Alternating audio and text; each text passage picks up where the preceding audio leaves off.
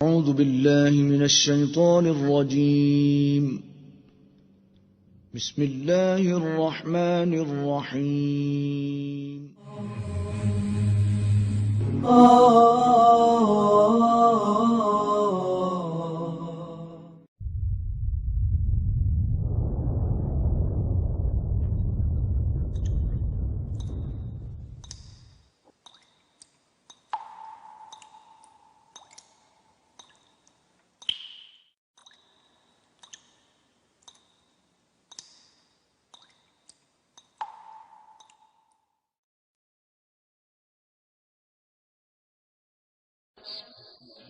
بمالك يوم الدين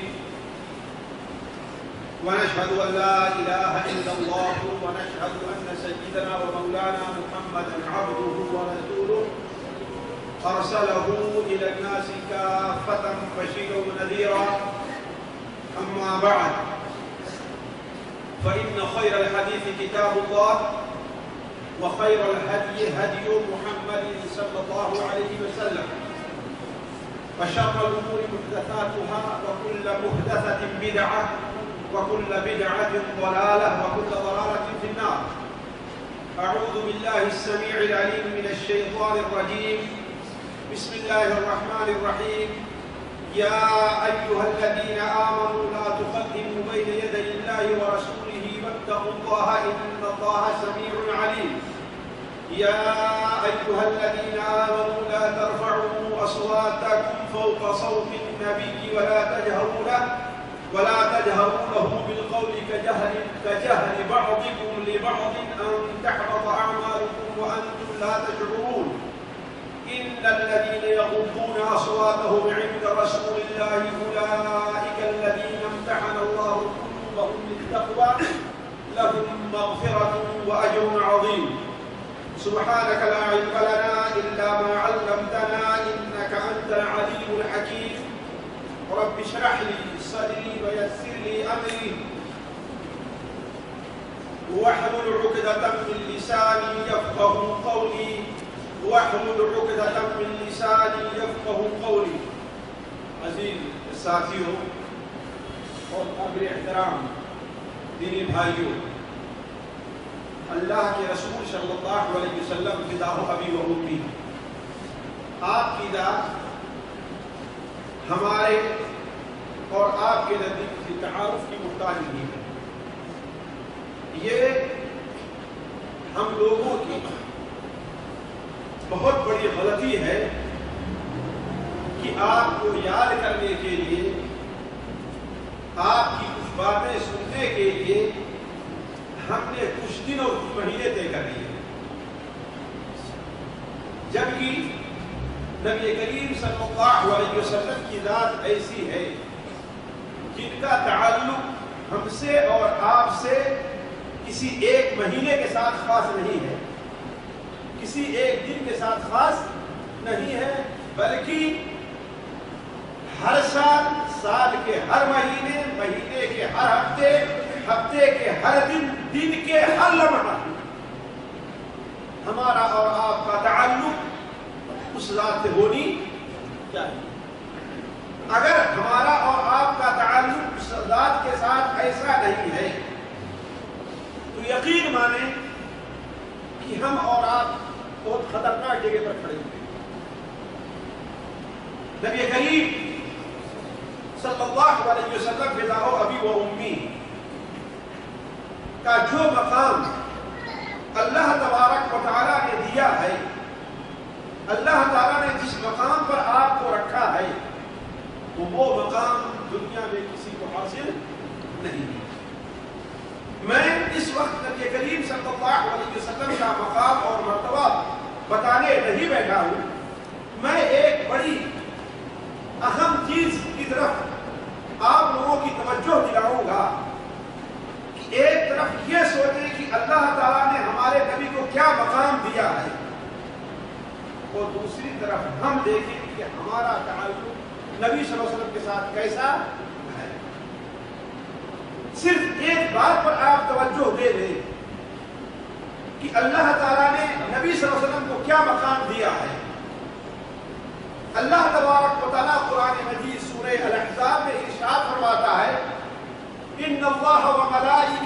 يصلون على النبي يا أيها الذين آمنوا صلوا عليه وسلموا تسليما. اللہ تبارک و تعالی ملائے اعلیٰ میں جو ہمارے آپ کے تصور کے لحاظ سے سب سے بلند جگہ ہے، اس جگہ اللہ تبارک و تعالی اپنے مقرب ترین فرشتوں میں نبی کریم صلی اللہ علیہ وسلم کی تعریف کرتا ہے اور آپ کتنا بیان کرتا ہے. ان اللہ و ملائکتہ، اور جب فرشتے اللہ تبارک و تعالی کی ثنا اس مبارک نبی کے اوپر سنتے ہیں تو فرشتے آپ صلی اللہ علیہ وسلم کے لیے دعائیں کرتے ہیں. لہذا جس شخص کا جس ذات کا مقام یہ ہے کہ اللہ تبارک و تعالی عرش پر ملائے اعلیٰ میں اپنے مقرب ترین فرشتوں کے سامنے آپ صلی اللہ علیہ وسلم کا ذکر خیر کرتا رہتا ہے، تو لہذا یا ایھا الذین آمنوا صلوا علیہ وسلموا تسلیما، اے ایمان والو، اے وہ لوگوں جو ایمان لے آئے ہو، تم فرش کے اوپر بھی زمین پر بھی اس نبی کے اوپر درود و سلام بھیجا کرو تاکہ عرش سے لے کر کے فرش تک کس کا ذکر رہے، کس کی دھوم رہے؟ اللہ کے رسول حضرت محمد صلی اللہ علیہ وسلم کی. اس سے آپ اندازہ لگا سکتے ہیں کہ نبی کریم صلی اللہ علیہ وسلم کا مقام اللہ تعالیٰ کا کیا ہے. ساتھیو، آپ صلی اللہ علیہ وسلم کے سے تعلق سے ہمارے اور آپ کے اوپر کئی چیزیں واجب ہیں، بہت سی چیزیں واجب ہیں. انہیں امت پر آپ صلی اللہ علیہ وسلم کے واجبات کہہ لیجئے، امت پر آپ کے حقوق کا نام دے لیجئے، امت پر آپ صلی اللہ علیہ وسلم کے فرائض کا نام دے لیجئے، جو کوئی بھی نام دے لیجئے آپ. انہی میں سے ایک بڑی اہم چیز یہ ہے کہ امت کو چاہیے کہ نبی کریم صلی اللہ علیہ وسلم کا ادب ہے، آپ کا ادب بجا لائے. اب ہمیں آج کی مجلس میں یہ دیکھنا ہے کہ ہمارے اور آپ کے اوپر نبی کریم صلی اللہ علیہ وسلم کے کیا آداب ہیں. دیکھیے اس سلسلے میں ویسے تو 3 گروہ ہیں، لیکن 2 گروہ بڑے نمایاں ہیں امت محمد صلی اللہ علیہ وسلم. ایک گروہ تو وہ ہے جو نبی کریم صلی اللہ علیہ وسلم کے ادب کو محفوظ رکھتا ہی نہیں، یا رکھتا ہے تو بہت کم رکھتا ہے. اس کے نزدیک لفظ رسول اللہ کہہ دینا اور لفظ محمد میں کوئی فرق نہیں ہے صلی اللہ علیہ وسلم. اس کے سامنے آپ کسی عالم کی بات رکھیے، اللہ کے رسول صلی اللہ علیہ وسلم کی بات رکھیے، دونوں میں کوئی فرق نہیں ہے. اس کے نزدیک نبی کریم صلی اللہ علیہ وسلم کی مسجد اور عام مساجد میں اس کے تعامل کے لحاظ سے، یعنی وہ کیا وہاں پر عمل کرتا ہے، دونوں میں کوئی فرق نہیں ہے. اس کے نزدیک وہ لوگ جن سے نبی کریم صلی اللہ علیہ وسلم کو خصوصی تعلق رہا ہے، خصوصی تعلق جن سے نبی صلی اللہ علیہ وسلم کا رہا ہے، ان کے اور اپنے دوستوں اور اپنے ساتھیوں جو خواہ نبی کریم صلی اللہ علیہ وسلم کے بعد ہی کیوں نہ ہو، آپ کی سنتوں سے جگہ جگہ اعراض ہی کیوں نہ کر رہے ہوں، دونوں میں کوئی فرق نہیں. ایک گروپ تو یہ ہے جو آپ صلی اللہ علیہ وسلم کے ادب میں جفا اور تفرید کا شکار، آپ کے حق وہ ادا اگرچہ زبان سے کہتا ہے، اگرچہ زبان سے اقرار کرتا ہے اور آپ کا نام آنے پر انگوٹھے چومتا ہے، اس سے روکام نہیں. اس لیے کہ ساتھیوں، محبت اور تعلق یہ صرف زبانی دعوے کا نام نہیں ہے، یہ سلوک کا نام. زبانی دعوے کا نام نہیں ہے، کس چیز کا نام ہے؟ یہ سلوک اور کردار کا نام ہے۔ ذرا غور کریں آپ، تو آپ کے سامنے سمجھ میں آسانی سے بات آ جائے گی۔ ایک بچہ ہے، اپنی ماں سے کوئی چیز مانگتا ہے، ماں جھڑک دیتی ہے اسے، ماں کے پاس آتا ہے، ماں اسے دور بھگا دیتی ہے۔ بظاہر کیا ہے؟ اس سے نہ محبت کی علامت ہے نا، لیکن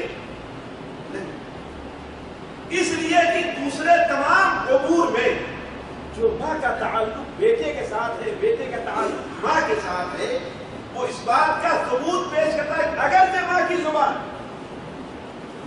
سے محبت کا ثبوت نہیں ہو رہا ہے، لیکن ماں کا سلوک جو اپنے بچے کے ساتھ ہوتا ہے اس سے پتہ چلتا ہے کہ دونوں کا تعلق بڑا، اسی لیے بچے کو جھڑکتی ہے ماں پھر اس کے قریب، اور آپ جھڑک دیجیے تو آپ کے قریب دوبارہ آئے گا، دوبارہ۔ تو محبت صرف دعوے کا نام نہیں ہے ساتھیوں، دل کے احساس اور جذبات اور سلوک اور کردار کا نام کیا ہے؟ یہ محبت ہے۔ دوسرا گروہ نبی کریم صلی اللہ علیہ وسلم کی ذات، آپ کے ادب سے متعلق، وہ بڑے ہی غلو کا شکار ہے، وہ افراد کا شکار ہے، حتیٰ کہ وہ اس سلسلے میں حد کو تجاوز کر جاتا ہے۔ دیکھیے نبی کریم صلی اللہ علیہ وسلم کی ذات مبارک ایسی ہے کہ آپ سے متعلق انسان ہو، اپنی کسی حق سے کام نہیں لینا۔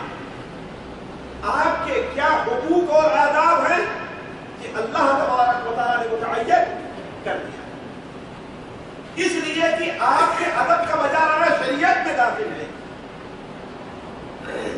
یہ اسلام کا ایک حصہ ہے۔ لہذا اس سلسلے میں ہمیں کس کی پابندی کرنی ہے؟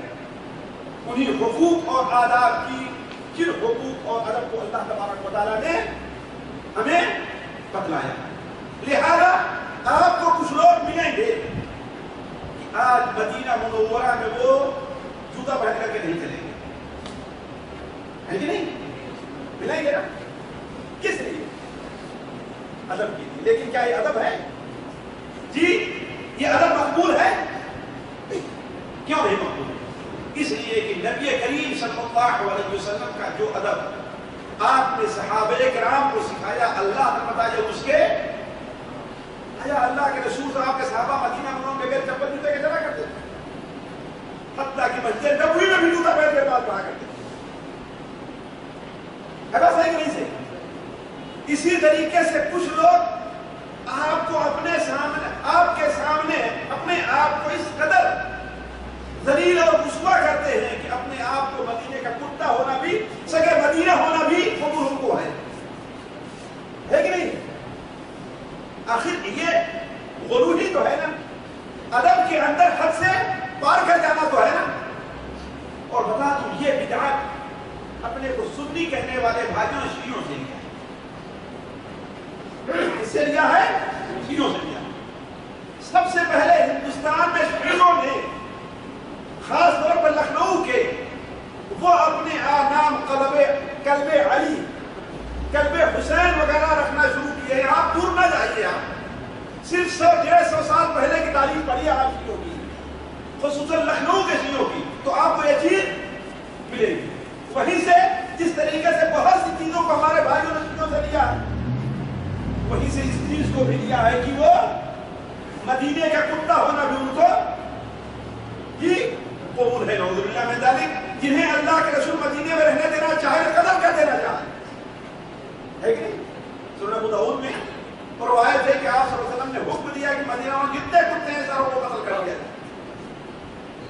پھر بعد میں آپ صلی اللہ علیہ وسلم سے لوگوں نے عرض کیا ہے اللہ کے رسول فتح وطا میں کتوں کی ضرورت بھی پڑی، حتیٰ کہ ہوتا یہ تھا اگر کوئی عورت بادیہ کے علاقے سے آئی ہے، اس کے ہاتھ کتا ہے تو اس کو مسلمان قدر کر دیا کرتے ہیں۔ تو جب لوگوں نے تھوڑا سا آپ سے جا کر کے شکایت کیا تو آپ نے کہا کہ چلو بھائی شکار کا کتا ہے، جانوروں کی حفاظت کا کتا ہے، کھیت کی حفاظت کا کتا ہے انہیں چھوڑ دو باقی ساروں کو. اب یہ ہمارے اپنے کو مسلمان کہلانے والے بھائی ذرا ان سے سوال ہے کہ آپ کس کس پر کتا بننا چاہیں گے؟ سوچنے کی بات ہے. خیر بات میں حاشا اللہ اس طرف نہیں جانا چاہتا تھا لیکن بات آ گئی اس لیے کہ میں چاہتا ہوں کہ اس مختصر سے وقت میں آپ صلی اللہ علیہ وسلم کے جو بڑے اہم آداب ہیں آپ کے سامنے رکھا جائے. سب سے پہلے یہ کہا جائے کہ آخر نبی کریم صلی اللہ علیہ وسلم کے ادب کو بجا لانے کا اتنا اہتمام کیوں کرنا؟ یہ اللہ تبارک و تعالیٰ نے نبی کریم صلی اللہ علیہ وسلم کے آداب بجا لانے کی ہمیں اور آپ کو اتنی تاکید کیوں کی؟ ساتھیوں اس موضوع کو طول نہ دے کر کے صرف بڑے اختصار کے ساتھ چند باتوں پر آپ کو جو دیں گے. پہلی چیز تو یہ ہے کہ اللہ تبارک و تعالیٰ نے نبی صلی اللہ علیہ وسلم کا جو حق ہمارے اور آپ کے اوپر رکھا ہے ان حق کے بجا لانے کی ہمیں اور آپ کو تاکید کی اور آپ صلی اللہ علیہ وسلم کے ادب کو ملحوظ رکھنے اور آپ کے ساتھ ادب بجا لانے کو ایمان کی اور متقی ہونے کی نشانی قرار دیا. ایمان کی اور متقی ہونے کی نشانی قرار دیا. سورہ الحجرات میں جو سورت آپ کے ادب کے بیان سے شروع ہوتی ہے اس میں ایک آیت میں اللہ تعالیٰ ارشاد فرماتا ہے ان الذین یغضون اصواتهم عند رسول اللہ اولئک الذین امتحن اللہ قلوبهم بالتقوی. وہ لوگ جو نبی کریم صلی اللہ علیہ وسلم کے سامنے آپ کی مجلس میں اپنی آواز کو بس رکھتے یعنی بات کرنے میں آپ کے ساتھ جو ہے وہ ادب کو بجا لاتے ہیں. یہی لوگ ہیں جن کے دل کو اللہ تبارک و تعالیٰ نے تقوی کے لیے اس کا امتحان لیا, تقوی کے لیے اسے جانچا. جب وہ فٹ ہوا تو اللہ تبارک و تعالیٰ نے ان کے دل میں یہ ڈالا کہ نبی صلی اللہ علیہ وسلم کے سامنے اپنی آواز کو بس رکھیں. یہی وہ لوگ ہیں اولئک لہم مغفرۃ واجر عظیم. یہی لوگ ہیں جنہیں کے سامنے اللہ تعالیٰ کے مغفرتوں کے سیلاب کے سیلاب ہیں اور بڑا عظیم اجر اللہ نے ان کے لیے تیار کر رکھا. دوسری بات, نبی کریم صلی اللہ علیہ وسلم کو اللہ تبارک و تعالیٰ نے حاکم بنایا. اللہ نے حاکم بنایا ہے اور نبی کریم صلی اللہ علیہ وسلم کو اللہ تعالیٰ نے امام بنایا. اور ایسا حاکم, ایسا امام کہ اس کے مقابلے کا کوئی دوسرا حاکم اللہ تبارک و تعالیٰ کے بعد اور کوئی دوسرا امام نہیں. دنیا کے سارے حاکم آپ صلی اللہ علیہ وسلم کے سامنے پھر اور جانتے ہیں کہ عقلی طور پر بھی اگر ہمارا آپ سوچیں جو اتنا بڑا ہو کہ حاکم ہے, ساری دنیا کا حاکم ہے, امام ہے اور صرف انسانوں نہیں بلکہ جناتوں کا بھی امام, اور اس کی امامت کا یہ مقام ہے کہ اللہ تبارک و تعالیٰ نے جنت کے فرشتوں کو یہ حکم دے دیا ہے کہ محمد اللہم صلی علی محمد ان سے پہلے جنت والا کسی کے لیے کھولا نہ جائے. تو عقل بھی تقاضا کرتی ہے کہ اس ذات کے ساتھ کیا ادب ہے سیکھا جائے اور اسے ملحوظ رکھا جائے. تیسری بات ساتھیوں اس سلسلے میں نبی کریم صلی اللہ علیہ وسلم کو اللہ تبارک و تعالیٰ نے جن ظاہری اور باطنی خوبیوں سے نوازا تھا, جن فطری قطعی کہہ لیجیے, صورت اور شکل کی خوبی کہہ لیجیے, اور اخلاق اور کردار کی جن خوبیوں سے اللہ تعالیٰ نے نبی صلی اللہ علیہ وسلم کو نوازا تھا وہ کسی اور کو حاصل ہے, کسی اور کو حاصل ہے. شکل و صورت میں بھی اور اخلاق اور کردار میں بھی اللہ اللہ بتائیے اس سے بڑی شہادت اور کیا ہو سکتی ہے؟ وَمَنْ أَصْدَقُ مِنَ اللَّهِ قِيلًا وَمَنْ أَصْدَقُ مِنَ اللَّهِ حَدِيثًا. یہ اللہ تعالیٰ فرماتا ہے وَإِنَّكَ لَعَلَىٰ خُلُقٍ عَظِيمٍ. اللہ ساتھیوں، اگر آپ عربی زبان سمجھتے ہیں تو اس جملے پر آپ غور کرتے ہیں کہ اللہ تعالیٰ کس تاکید کے ساتھ اولاً تو اِنَّا کا لفظ استعمال کر رہا ہے وَإِنَّكَ، پھر اس کے بعد لام تاکید بھی لعلی، اور اس کے بعد صرف خلق نہیں، خلق عظیم کے ساتھ اللہ تعالیٰ اس کو تعبیر کر رہا ہے. یعنی اس میں کوئی شک نہیں ہے، اس میں کوئی شبہ نہیں ہے، یقین کے ساتھ یہ بات کہی جاتی ہے کہ آپ بڑے بہترین اخلاق کے مالک. اور ایسا کیوں نہ ہو؟ نبی کریم صلی اللہ علیہ وسلم کا ارشاد ہے کہ ادبنی ربی فاحسن تعلیمی. مجھے کسی استاد نے ادب نہیں سکھایا، مجھے کسی انسان نے ادب نہیں سکھایا، مجھے کس نے ادب سکھایا ہے؟ ادبنی ربی، میرے رب نے مجھے ادب سکھایا. فاحسن تعلیمی، اور مجھے اچھے ادب سکھائے ہیں. تو جس ذات کی یہ خوبیاں ہو سکتی ہیں، وہ ذات آیا اس لائق ہے کہ نہیں اسی ادب کو محروم رکھا. تو اب آئیے ہم اور آپ دیکھتے ہیں کہ وہ اہم ادب کون سے ہیں جو نبی کریم صلی اللہ علیہ وسلم کی محروم رکھنے چاہیے.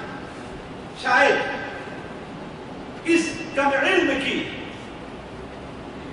زبان اچھے طور پر ان آداب کو آپ کے سامنے واضح نہ کر سکے. یہ تو ہو سکتا ہے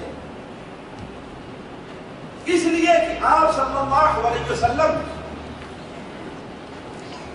کے حقوق کو یا آپ کے ادب کو بیان کرنا یہ بڑا مشکل کام ہے، لیکن میں کوشش کرتا ہوں. لیکن اگر آپ توجہ دے دیجیے تو انشاءاللہ مسئلے کے سمجھنے میں دیری اس میں کوتاہی نہیں ہوگی. پہلی چیز ہے یہ بتائیے، ایک انسان کا باپ،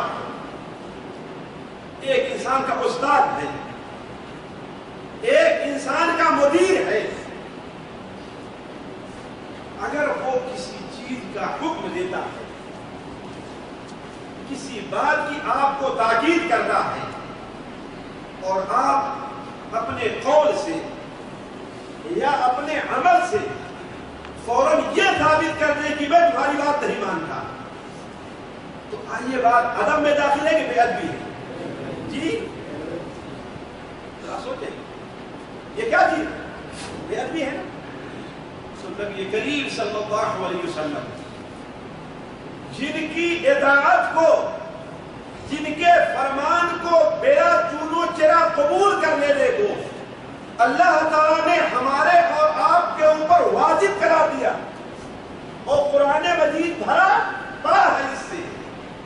اگر آپ کے حکم کے سامنے مکمل سر تسلیم نہ خم کر دیا جائے بغیر چوں چرا کے، خواہ آپ کی بات ہمارے معاشرے کے موافق ہے کہ موافق نہیں ہے، آپ کی بات ہمارے مزاج کے موافق ہے کہ موافق نہیں ہے، آپ کا فرمان ہمارے علم کے موافق ہے کہ موافق نہیں ہے، آپ کا قول ہمارے مفتی اور پیر کے قول کے موافق ہے کہ نہیں ہے، اگر ان تمام چیزوں سے کنارے کو چھوڑ کر کے آپ صلی اللہ علیہ وسلم کے فرمان کے سامنے مکمل طور پر سر تسلیم نہیں خم کر دیا گیا تو کیا ہوگا؟ کہ آپ کے ساتھ بے ادبی ہوگی، آپ کے ساتھ حسن ادب نہیں. جس ادب کے بجا لانے کا اللہ تعالیٰ نے حکم دیا ہے ہمیں، ایک ادب یہ بھی ہے کہ نبی کریم صلی اللہ علیہ وسلم کی بات کو مکمل طور پر تسلیم کر لیا، اور اس چیز کو، اس میں کوتاہی اور حیث علماء کے قول، مفتیوں کے قول، پیروں کی باتیں، خاندان کے رسم و رواج، اپنے حاکم کی باتوں کو اس کے سامنے بطور اعتراض کے پیش کرنا، اسے قرآن مجید میں اور نبی کریم صلی اللہ علیہ وسلم کے حدیث میں ہلاکت اور بربادی قرار دیا گیا. اللہ تعالیٰ ارشاد فرماتا ہے انما كان قول المؤمن اذا دعوا الى الله ورسوله ليحكم بينهم ان یقولوا جی کیا سمعنا واطعنا واولئک هم المفلحون.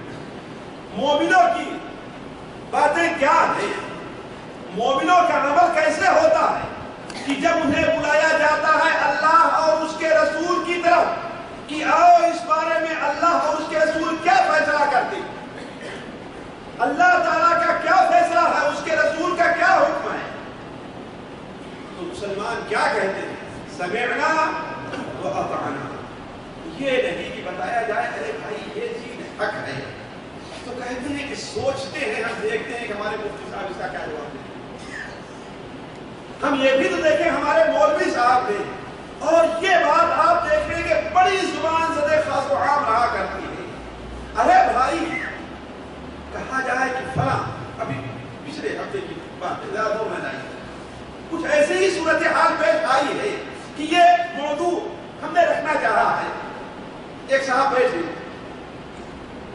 اور میں عمومی طور پر جو عام لوگ ہیں ان کے سامنے ایسی باتیں بڑا بہت کم چھیڑتا ہوں، لیکن ایک مجلس تھی اور جمعہ کا دن تھا، مجلس جمی ہوئی تھی، اس میں کچھ یہ بات آ گئی کہ تبلیغی نصاب کے اندر بعض ایسی باتیں ہیں قصے ہیں جو شرک اور کفر کے بالکل قریب کر دینے والے ہیں، بلکہ انسان اگر اپنے آپ بچائے نہیں تو اس میں دھکیل دینے والا. اس میں سے قصہ بڑا مشہور ہر آدمی جانتا ہوگا، وہ یہ ہے کہ کوئی کسی کو نہلا رہا تو اس کا انگوٹھا کسی نے پکڑ لیا ہے نا، اور ہے ایک بزرگ کہیں سے گزر رہے تھے، دیکھا کہ کوئی شخص بڑائی ہے وہ اپنا کچھ کام کر رہا ہے، اس کے پاس سے گزرتے ہیں تو کہتے ہیں کہ ارے بھائی یہاں کوئی مرنے کی جگہ ہے، یہاں اللہ کا بندہ کوئی مر جائے. تو پہلے تو وہ صاحب ماننے کے لیے تیار ہی نہیں کہ اس کتاب میں ایسی چیزیں ہو سکتی ہیں. ہم نے کہا کہ آپس میں لوگ بات کر رہے تھے، ہم نے کہا کہ نہیں ہیں. کہاں ہیں؟ تو کتاب چونکہ میرے پاس پڑی ہوئی تھی، لا کر کے اٹھایا اور ہم نے دکھا دیا. تو کہتے ہیں کتاب چھپی کہاں کی؟ انڈیا کی چھپی ہے، انڈیا والوں نے اس کے اندر کچھ بات ایک انرجی ہے، انڈیا پاکستان، انڈیا پاکستان بنگلہ دیش میں اس کی تھوڑی سی انرجی ہے اور جہالت ہے، ہمارا اسلام اس کو قبول نہیں کرتا. یہ چھپی کہاں گیا؟ اس میں کچھ ملا دیا ہوگا. ہم نے کہا ایسا کرو، ابھی میرا موبائل دو، اپنے ملک میں ٹیلی فون کرو، اگر تمہارے گھر میں موجود ہے تو آئیے کسی سے کہو کہ فون کر کے پڑھ کر کے تمہیں سنا دے. تو خیر ٹیلی فون کیے بھائی باہر تھا، آیا تو ڈھونڈ رہا کہ گھر میں وہ کتاب مل نہیں رہی ہے. تو پتہ لگایا گیا کہ ہمارے شہر میں کوئی ہے جس کے پاس ایک کتاب ہو سکتی ہے. تو معلوم ہوا کہ فلاں صاحب کے پاس ہو سکتی ہے اور وہ انڈین نہیں بلکہ پاکستانی ہے. لہذا ہم نے کہا گیا کہ بھائی وہاں سے لے کر کے آؤ. وہاں سے لے کر کے آئے اور پڑھے. اب انکار کی کوئی بات نہیں، پاکستانی چھپی ہوئی ہے. کہتے ہیں پھر اس کے بارے میں سوچیں گے کہ ہمارے مولوی صاحب اس کا کیا جواب ہے کہ نہیں. ہم نے کہا کہ اس قصے کے اندر ہے کہ ہاں بھائی میں مرا نہیں اور اللہ کا کوئی عاشق مرتا نہیں.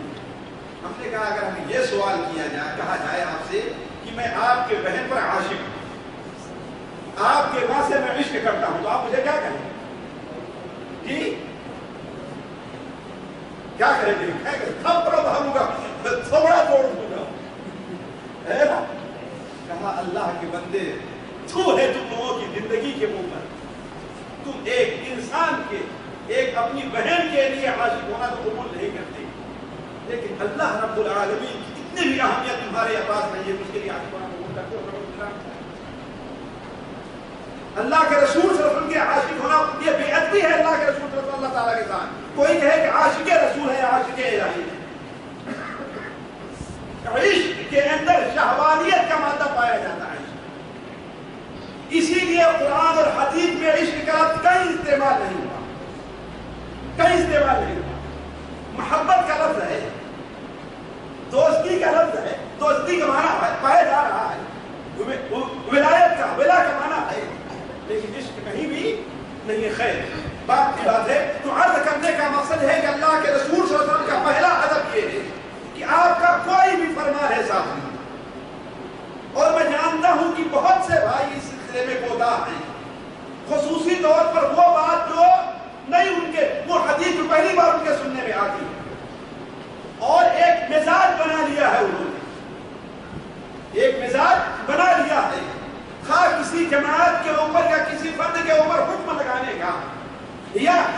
رسول کے بارے میں، اللہ کے رسول کی سیرت کے بارے میں اپنے اساتذہ سے کوئی بات سنتے چلے آئے ہیں۔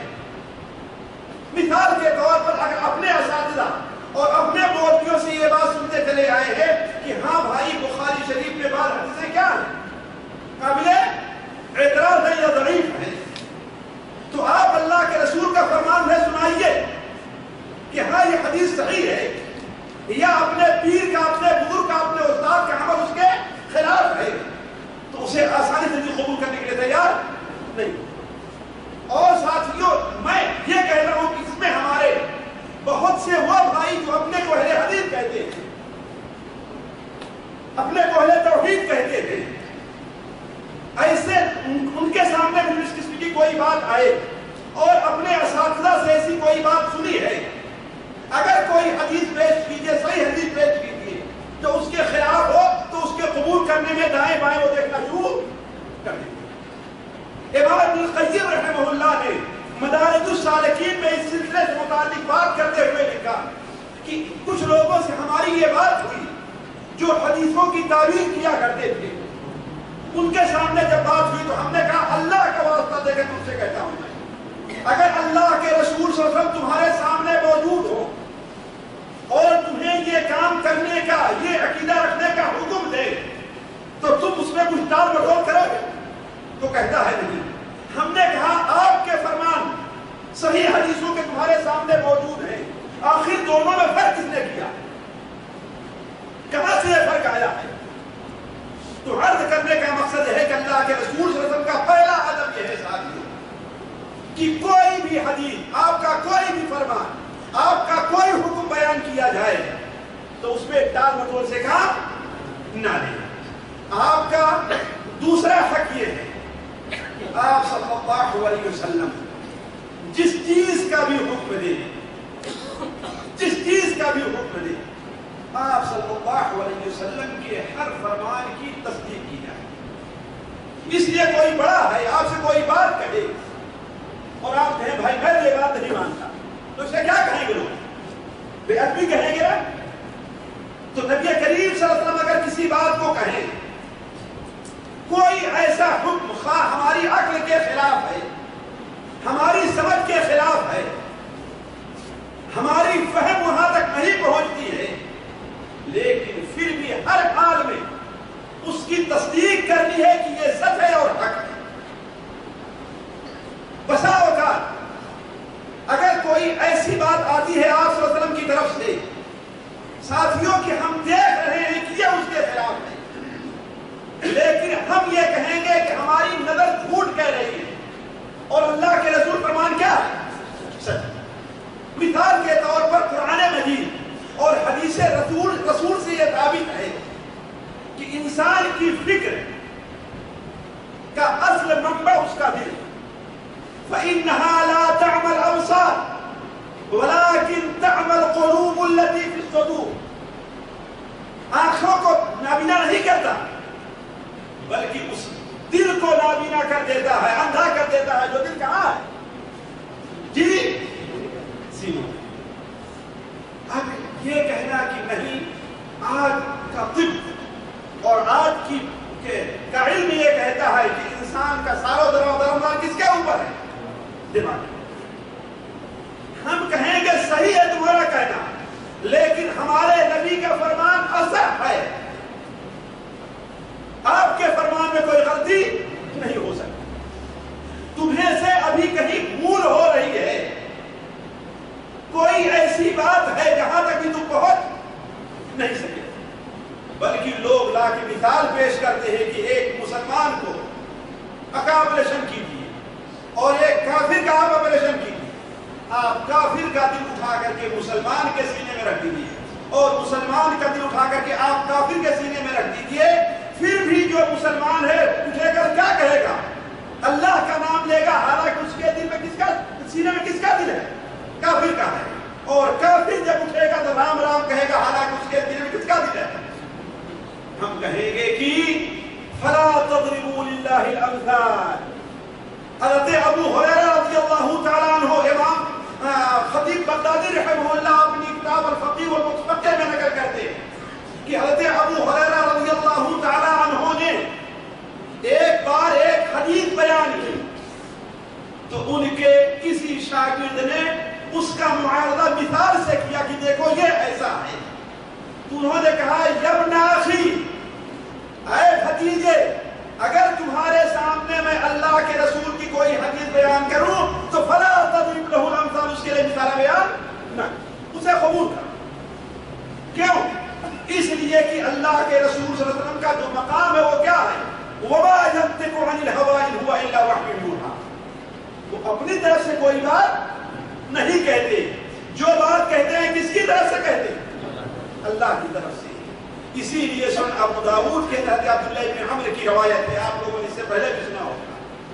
وہ بیان کرتے ہیں کہ اللہ کے رسول صلی اللہ علیہ وسلم جو باتیں کہتے تھے میں اسے نوٹ کر لیتا تھا، میں اسے لکھ لیا کرتا. لیکن قریش نے مجھ سے کہا کہ اللہ کے بندے، اللہ کے رسول صلی اللہ علیہ وسلم بشر ہیں، اس لیے کہ سارے لوگ اللہ کے رسول کو بشری مانا کرتے ہیں. یہ بدعت ہمارے ہندوستان پاکستان سے چلی ہے کہ اللہ کے رسول بشر نہیں ہے. آج سے 200 سال پہلے سے کوئی بھی کتاب آپ اٹھا کے دیکھ لیجیے، عربی کہیں نہیں ملے گا کہ کوئی کہتا ہو کہ اللہ کے رسول بشر نہیں تھے.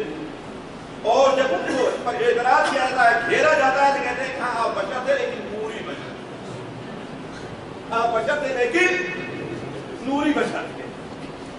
نہیں، آپ صلی اللہ علیہ وسلم بشر تھے اور بشریت میں آپ میں اور ایک عام انسان میں کوئی فرق نہیں ہے. لیکن آپ کا جو مقام اللہ تعالیٰ نے بشر ہونے کے باوجود رکھا ہے، کسی اور کو وہ مقام حاصل نہیں ہے، بلکہ ساری دنیا کے بشر کو ترازو کے ایک پلے میں رکھا جائے اور آمنہ کے لال محمد ابن عبداللہ رسول اللہ صلی اللہ علیہ وسلم کو ترازو کے ایک پلے میں رکھا جائے تو بھاری کون پلہ ہوگا؟ اس میں آپ صلی اللہ. تو قریش نے کہا کہ آپ کی ساری باتیں لکھ لیتے ہو، کبھی آپ غصے میں رہا کرتے ہیں، کبھی آپ سنجیدگی سے باتیں کرتے ہیں، کبھی آپ کسی کو ڈانٹتے رہتے ہیں، کبھی آپ کسی سے مذاق میں کوئی بات کرتے ہیں، تو ہر بات نہ لکھا کرو. حضرت عبداللہ ابن عمرو نے کیا کام کیا؟ لکھنا بند کر دیا. آپ نے ایک دن دیکھا، 2 دن دیکھا، تو آپ نے پوچھا کہ عبداللہ لکھتے کیوں نہیں؟ انہوں نے کہا اے اللہ کے رسول صلی اللہ علیہ وسلم، مجھ سے لوگوں نے یہ ایسا ایسا کہا ہے. تو آپ نے کیا جواب دیا؟ اکتب یا عبداللہ فوالذی نفسی بیدہ ما یخرج من ھذا الا حقا. اے عبداللہ لکھتے جاؤ، لکھتے جاؤ، اس ذات کی قسم جس کے قبضے میں میری جان ہے، اس منہ سے حق کے علاوہ کوئی دوسری بات نہیں ہوتی. اب ہم یہ کہیں کہ آپ کی یہ بات تو عقل میں بھی نہیں آ رہی ہے، کوتاہی کس کی ہے ساتھیوں؟ ہمارا حال تو یہ ہے، ہمارا علم تو یہ ہے. ایک ساتھی ہمارا رہتا ہے 1 سال نہیں، 2 سال نہیں، 3 سال نہیں، 10 سال تک ہمارے ساتھ ہے، ہماری اس کے ساتھ دوستی، ہم اس کی تعریفیں کرتے رہتے ہیں. پھر 11ویں سال کہیں جا کر کے ہمارا اس سے اختلاف ہوتا ہے تو ہم سمجھتے ہیں کہ اتنا برا کوئی آدمی ہے. بات صحیح کہ نہیں صحیح؟ یہ واقعہ ہے. تو ہم اپنی عقل کو اور اپنی سمجھ کو، اپنے علم کو اللہ اور اس کے رسول کے علم اور سمجھ کے مقابلے میں کیسے لیا؟ لہذا کسی چیز کا اللہ کے رسول، کسی چیز کی خبر دیں اگر اللہ کے رسول صلی اللہ علیہ وسلم، تو اسے مکمل طور پر کیا کیا جائے؟ قبول کر لیا جائے. اگر قبول نہ کیا گیا تو اس کے بڑے غلط نتائج نکلتے ہیں، لیکن اس موضوع کو آج نہیں کہنا چاہتا. تیسری بات ذرا غور کریں گے ساتھیوں، توجہ دیں. حلال وہ ہے جسے کس نے حلال کیا؟ اللہ تعالیٰ نے یا آپ کی طرف سے رسول اللہ صلی اللہ علیہ وسلم. حرام وہ ہے جسے کس نے حرام قرار دیا؟ اللہ تعالیٰ نے آپ کی طرف سے رسول اللہ صلی اللہ علیہ وسلم نے. حضرت طالبہ خزنی کی اور روایت دارقطنی وغیرہ بڑی مشہور ہے. ان اللہ فرض فرائض فلا تضيعوها. اللہ نے کچھ چیزوں کو فرض قرار دیا ہے، اس کو ضائع مت کرو. وحرم، اور کچھ چیزوں کو حرام قرار دیا ہے، فلا تعتدوها، اس سے آگے بڑھنے کی کوشش نہ کرو. اور کچھ چیزوں چیزوں کے بارے میں سکوت اختیار کیا ہے اس کے پیچھے تم نہ پڑھو کہ یہ حلال ہے کہ حرام ہے، خاموشی ہے تو اس کا مطلب ہے کہ وہ چیز تمہارے لیے حلال ہے۔ تو حرام وہ ہے جس سے اللہ اور اس کے رسول ہوتا یہ ہے ساتھیوں، اور بہت زیادہ یہ کثرت سے ہوتا کہ 2 آدمی 4 آدمی 5 آدمی کی ایک مجلس بیٹھی ہوئی ہے، شریعت کا کوئی حکم آتا ہے تو ہوتا کیا ہے، ہر آدمی اپنی رائے پیش کرنا شروع کر دیتا ہے بات صحیح کہ نہیں صحیح؟ ہر آدمی کہتا ارے بھائی دیکھو مجھے، میں کوئی بڑا عالم تو نہیں ہوں، میں مولوی تو نہیں ہوں، لیکن سمجھ میں آ رہا ہے کہ یہ ایسا ہونا چاہیے۔ ارے نہیں بھائی تمہیں کیا معلوم ہے، ایسی ہو ایسا ہی ہونا چاہیے۔ اور اس میں مختلف قسم کی دلیلیں بھی رہا کرتی ہیں، کسی نے کوئی قصہ پڑھا ہے کہ نہیں، کسی نے کسی صوفی سے کوئی بات سن لی ہے، کسی کے ہاں رسم و رواج کے طور پر یہ بات چلی آ رہی ہے۔ ساتھیوں یہ بات نبی کریم صلی اللہ علیہ وسلم کے ادب کے بالکل خلاف ہے کہ کوئی بھی ایسا حکم جو شرعی ہے وہ نبی کریم صلی اللہ علیہ وسلم کے آپ سے آئے ہوئے علم کے اگر خلاف ہے، اس کے بارے میں کچھ معلوم نہیں ہے تو ہمیں اپنی طرف سے کچھ کہنا نہیں چاہیے۔ اس لیے کہ ذرا یہ بتائیے، ایک استاد ہے، ایک بڑا عالم ہے، ایک شاگرد آ کر کے کوئی شخص ان سے سوال کر رہا ہے کہ ہاں آپ بتائیے اس بارے میں کیا ہو، درمیان سے کوئی اٹھ پڑے اور جلدی بتا دو تو کیا کہیں گے لوگ؟ کیا کہیں؟ ارے بھائی یہ مجلس ہے کس کی ہے؟ تم سے بڑا آدمی موجود ہے، اسے بات کرنے تم کیا باتیں کر رہے ہیں؟ بس صحیح کہ نہیں صحیح؟ تو نبی کریم صلی اللہ علیہ وسلم سے بڑا اور کون ہے؟ تو ساتھیوں اس سے پرہیز کریں۔ آپ صلی اللہ علیہ وسلم کا اگر کوئی حکم ہے، ہمارے یہاں یہ چیز بڑی عام ہے، اور خاص طور پر وہ صاحب جو 2-4 اردو کی کتابیں پڑھ لیے، مولانا عطا اللہ حنیف بھوجیاڑی رحمہ اللہ، لاہور کے جب بھی چند سال پہلے ان کا انتقال ہوا ہے، مولانا عطا اللہ حنیف بھوجیاڑی رحمہ اللہ وہ کہا کرتے تھے کہ اہل حدیثیت کو جتنا نقصان اردو پڑھ کر کے اہل حدیث پڑھنے والے پہنچایا کہ دوسرے نہیں پہنچایا، اردو پڑھ کر کے۔ اسی لیے دیکھیے آپ کتنا ہے، ابھی قریب ہی ہے، دور نہیں ہے، قریب ہے۔ پچھلے ہفتے کی بات ہے، ایک صاحب البدائے سے ٹیلی فون کر کے ہم سے حجت کرنے لگے کہ فلاں کے پیچھے ہم نماز کیسے پڑھیں؟ ارے بھائی کتنے فتویٰ دیا ہے، ہندوستان پاکستان کے جو بڑے بڑے علماء ہیں، جو اللہ کے رسول صلی اللہ علیہ وسلم کے حدیثوں کو جانتے اور پڑھے ہیں، ان میں سے کسی فتویٰ تمہارے سامنے ہے؟ نہیں ہے، ان کی کتاب میں یہ موجود ہے۔ اللہ کے بندے اپنی طرف سے مفتی نہ بنو، اور کیا ہے شاید قرآن مجید کی ایک آیت کا ترجمہ بھی نہ کر سکتے، اور فتویٰ کتنا بڑا لگا رہے ہیں کہ ہاں فلاں کے پیچھے نماز پڑھنا جائز ہے، جائز نہیں۔ تو ساتھیوں یہ چیز بڑی خطرناک ہے، فتویٰ دینا اللہ اور اس کے رسول کی طرف سے دستخط کرنا ہے۔ ساتھیوں اپنے وزیر کی طرف دستخط کرتے ہوئے آپ جھٹکیں گے اور ڈریں گے کسی بارے میں، اپنے باپ کا دستخط کرتے ہوئے آپ جھٹکیں گے ڈریں گے، یہ جائے کہ اللہ اور اس کے رسول کے طرف کیا فتویٰ دیں اور حکم لگائیں دستخط کریں، یہ کیسے ہوگا؟ اسی چیز طرف اللہ تعالیٰ ارشاد فرماتا ہے، اشارہ کرتا ہے، یا ایھا الذین آمنوا لا تقدموا بین یدی اللہ ورسولہ، اللہ اور اس کے رسول سے آگے بڑھنے کی کوشش نہ کرو۔ علماء کہتے ہیں کہ جس بارے میں شریعت کا کوئی حکم معلوم نہیں ہے، اس بارے میں تم کوئی فتویٰ نہ۔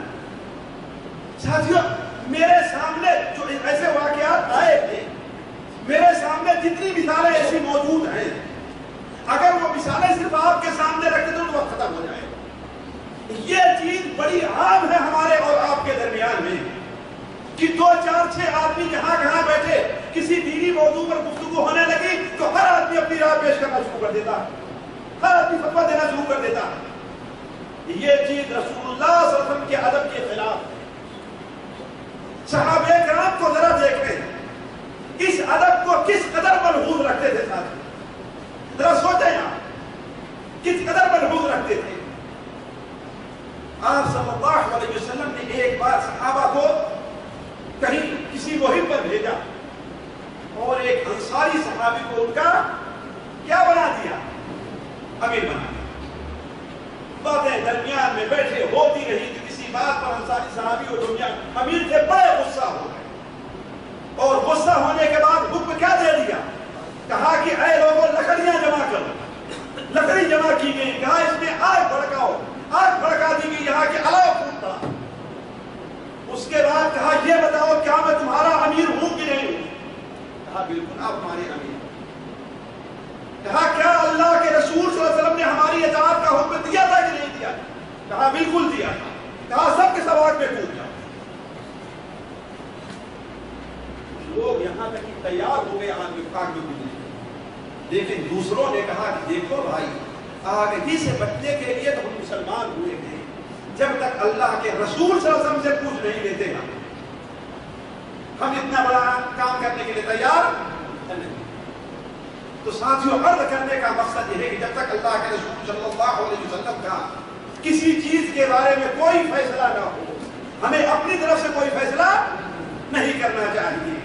بہت سے لوگ ہیں, ہاں بھائی مولانا نہیں کہنا چاہیے, ہے کہ نہیں, حضرت نہیں کہنا چاہیے. کیوں بھائی؟ فلاں کو ایسا نہیں کہنا چاہیے, ایسا نہیں کرنا چاہیے. اور یہ باتیں عام طور پر جو اٹھتی ہیں کسی بڑے عالم کی طرف سے, ہے کہ نہیں, کس کی طرف سے اٹھتی ہیں؟ عام طور پر چھوٹے قسم کے اردو پڑھ کر کے مولوی بننے والے لوگ ہیں, اہل حدیث بننے والے, انہی لوگوں کی طرف سے ایسی باتیں اٹھتی ہیں. کیا اللہ کے رسول صلی اللہ علیہ وسلم نے مولانا کہنے سے منع فرمایا ہے؟ کیا منع کیا ہے؟ نہیں منع کیا. کہتے ارے بھائی مولا کے معنی تو مالک اور آقا کے ہوا کرتا ہے. ارے بھائی مولا کے معنی مالک اور آقا کے بھی ہے, تو مولا کا لغت میں کچھ اور معنی بھی تو ہے. اللہ کے رسول صلی اللہ علیہ وسلم زید بن حارثہ سے کیا کہا تھا؟ انت مولانا. حضرت زید بن حارثہ سے کیا کہا تھا؟ انت مولانا. تو آپ صلی اللہ علیہ وسلم اپنے ایک چھوٹے سے امتی کو, ایک غلام کو مولا کہہ سکتے ہیں, مولانا. تو ہم لوگ ایک بڑے عالم کو مولانا نہیں کہہ سکتے جی. لیکن چونکہ فتویٰ اپنی طرف سے دینا ہے, اللہ کے رسول کے فتوے کی کوئی پرواہ نہیں کرتا, لہٰذا جو چاہے حکم لگا دیں. اس قسم کے سوالات بڑے کثرت سے ہوتے ہیں. بعض اردو تعبیرات کو لوگ اپنی سمجھ اور اپنی عقل سے ناجائز قرار دے دیتے ہیں. تو عرض کرنے کا مقصد ساتھیوں, بات دوسری طرف نہ جائے. میں یہ کہہ رہا تھا کہ اپنی طرف سے کوئی فیصلہ نہیں ہونا چاہیے. چوتھا ادب آپ صلی اللہ علیہ وسلم کا یہ ہے کہ آپ صلی اللہ علیہ وسلم کی آواز پر اپنی آواز کو بلند نہیں کرنا. آپ صلی اللہ علیہ وسلم اس لیے کہ بڑے ہیں, عظیم ہیں, آپ کی احترام اور تقدیر اور ادب کے بجا لانے کا اللہ تعالیٰ نے حکم دیا ہے. ساتھیوں پہلے اس مسئلے کی وضاحت کر دوں, پھر اس کے بعد ہماری زندگی میں اس کا استعمال کہاں ہو سکتا ہے اس طرح میں آپ کو توجہ دلاؤں گا. یہ چیز یعنی آپ کی آواز پر بلند کرنا, ذرا دیکھیے اگر آپ کی آواز پر آواز بلند کرنا جائز نہیں ہوگا تو آپ کے فیصلے پر کسی دوسرے کو فیصلہ رکھنا کیسے سوچیں. یعنی آپ کا کوئی فیصلہ ہے, آپ کی کوئی حدیث ہے, اس کو سمجھنے کے لیے کسی مولوی کا فیصلہ اور مولوی کی حدیث ہونی چاہیے, تب تو ہم اس کو قبول کریں گے, ورنہ قبول نہیں. آپ صلی اللہ علیہ وسلم کی آواز پر جب کسی کو آواز بلند کرنا جائز نہیں ہے تو آپ کے فیصلے پر بھی صحیح بخاری شریف کے ساتھ, صحیح بخاری شریف میں اللہ کے رسول صلی اللہ علیہ وسلم کے سامنے ایک واقعہ پیش آتی, بخاری میں اس کا ذکر ہے. وہ یہ ہے کہ ابن ابی ملیکہ حضرت عبداللہ ابن زبیر سے روایت کرتے ہیں کہ اللہ کے رسول صلی اللہ علیہ وسلم کے پاس بادیہ کے علاقے کا ایک وفد آیا, اور جب باتیں ہوئی وہ لوگ مسلمان ہو گئے, معاملات طے ہونے لگے, معاملات طے ہو گئے. اب جب ان کو رخصت کرنا ہوا تو یہ ہوا کہ ان کے اوپر کسی کو امیر, ان کا امام کسی کو بنا مجلس میں ابو بکر اور عمر رضی اللہ تعالیٰ عنہما بھی موجود تھے. ابو بکر اور عمر بھی موجود تھے. حضرت ابو بکر نے شاید کہا کہ عیینہ ابن حصن کو ان کا امیر بنایا جائے. حضرت عمر رضی اللہ عنہ فرمایا کہ نہیں، فلاں کو ان کا امیر بنا دیا جائے. بشریت غالب آ گئی، شیطان درمیان میں کود پڑا. حضرت ابو بکر کو غصہ آ گیا رضی اللہ تعالیٰ عنہ. کہا کہ تم ہمیشہ ہماری مخالفت کرتے رہتے ہو، کوئی بات بھی ہمارے خلاف کرنا چاہتے ہو. حضرت عمر رضی اللہ عنہ فرمایا کہ نہیں، مخالفت نہیں، حق ہے کہ ان کو امیر بننا چاہیے. آپ صلی اللہ علیہ وسلم سامنے موجود ہیں اور دونوں کی بات آوازیں بلند ہونے لگی، دونوں آپس میں الجھ گئے ایک دوسرے سے. اس پر قرآن مجید کی یہ آیت نازل ہوتی ہے، یا ایھا الذین آمنوا لا ترفعوا اصواتکم فوق صوت النبی. اے مومنو، اللہ کے رسول کی آواز پر اپنی آواز کو بلند نہ کرو. کیوں؟ ہو سکتا ہے کہ تمہیں شعور نہ رہے اور تمہارے سارے کے سارے اعمال رائے اور برباد کریں. یعنی ذرا سوچیں، صرف آواز بلند کرنے سے، آپ کی آواز کے سامنے، آپ کی موجودگی میں، آپ کی مجلس میں اپنی آواز بلند کرنے سے اگر انسان کے سارے اعمال رائے اور برباد ہو جاتے ہیں تو آپ کے فتوے کو، آپ کے حکم کو ٹال دیا جائے اور اس کے سمجھنے کے لیے اس پر کسی مولوی اور کسی مفتی کے حکم کو رکھا جائے تو اس سے کتنے اعمال برباد ہو جائیں. اسی لیے صحابی کہتے ہیں کاد الخیران ان یہلکا، ان قریب تھا کہ اس امت کے دونوں افضل ترین آدمی جو تھے وہ ہلاک ہو جاتے. کیوں؟ اس لیے کہ اللہ کے رسول کی مجلس میں اپنی آواز کو بلند کیا. اب آپ سوچیں گے کہ اللہ کے رسول صلی اللہ علیہ وسلم یہاں پر موجود نہیں، آپ کی آواز کیا؟ علماء کہتے ہیں، ابھی کچھ دن پہلے مدینہ منورہ گیا اور چونکہ دور سے آ رہا تھا، مسجد پہنچنے مجھے داخل ہوئی، اندر جگہ نہیں. کہاں چلا گیا؟ اوپر چھت پر سایہ وغیرہ نہیں تھا. تو جماعت ختم ہونے کے بعد جلدی ہی واپس آ رہا تھا تو سیڑھی پر ہمارے ہندوستانی پاکستان کے رہنے والے ایک صاحب تھے، ان کا موبائل بجنا شروع ہوا اور ماشاءاللہ بڑا اچھے قسم کا گانا تھا اور وہ بھی میوزک کے ساتھ. ذرا سوچنے کی بات ہے، یہ کہاں پر ہوگا؟ علماء کہتے ہیں کہ آپ صلی اللہ علیہ وسلم اگرچہ موجود نہیں ہے لیکن یہ حکم باقی ہے اور قیامت تک باقی رہے گا. قیامت تک باقی رہے گا. وہ کیسے؟ آپ کی مسجد میں آواز کو بلند نہ کیا جائے، آپ کی مسجد میں آواز کو بلند نہ کیا جائے. صحیح بخاری شریف میں حضرت صاحب بن یزید کی روایت ہے رضی اللہ تعالیٰ عنہ، وہ بیان فرماتے ہیں کہ مسجد میں، مسجد نبوی میں ایک بار میں سویا ہوا تھا، یا بعض روایات میں الفاظ ہے کہ میں وہاں پر کھڑا ہوا تھا. حضرت عمر رضی اللہ تعالیٰ عنہ نے مجھے ایک کنکر پھینک کر کے متوجہ کیا اور مجھے اشارہ کیا کہ ادھر آؤ. میں وہاں ان کے پاس گیا تو انہوں نے کہا کہ جاؤ ان دونوں کو بلا کر کے لے آؤ. وہ دونوں بلائے گئے اور حضرت عمر رضی اللہ عنہ چہرے کو دیکھا تو ایسا لگا کہ غصے سے لہذا دونوں کانپنا شروع ہو گئے، دونوں کانپنا شروع ہو گئے. حضرت عمر رضی اللہ عنہ فرمایا کہ تم کہاں کے رہنے والے ہو؟ کہا ہم طائف کے رہنے والے ہیں. ہم کہاں کے رہنے والے ہیں؟ طائف کے رہنے والے ہیں. کہا اگر تم مدینہ کے رہنے والے ہوتے تو ابھی اسی گھوڑے سے مار مار کر تمہاری درگت بنا دیتا. اللہ کے رسول صلی اللہ علیہ وسلم کی مسجد میں تم لوگ اپنی آوازیں بلند کر رہے ہیں. تو جب عام آواز بلند کرنا جائز نہیں ہوگا تو موبائل کی گھنٹیاں بجتی رہے، اس میں ٹون گانے کی رہے اور باجے کی رہے، وہ چلتا رہے، ساتھیوں یہ کیسے جائز ہوگا؟ سوچیں. تو علماء کہتے ہیں اسی حکم میں ہر وہ مجلس داخل ہے جس مجلس میں اللہ کے رسول صلی اللہ علیہ وسلم کا فرمان پڑھ کر کے سنایا جا رہا. آپ کی حدیثیں پڑھی جا رہی ہوں، اسی لیے علماء اس قدر احترام کیا کرتے تھے.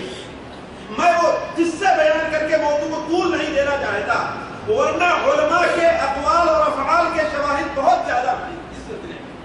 حضرت عبد الرحمن ابن مہدی ایک بہت بڑے محدث ہیں، ان کے بارے میں آتا ہے کہ وہ حدیث پڑھایا کرتے تھے. اگر کوئی آدمی وہاں پر بیٹھ کر اپنی قلم بنانا شروع کر دے، دیکھیں گے اس لیے اس وقت قلم کیسے رہا کرتی، قلم بنانا شروع کر دیا تو حدیث پڑھانا بند کر کے بگڑ جایا کرتا کہ یہ ایسی مجلس ہے جو اللہ کے رسول کے نام پر قائم کی گئی ہے، اس کا ادب اور احترام ہونا چاہیے.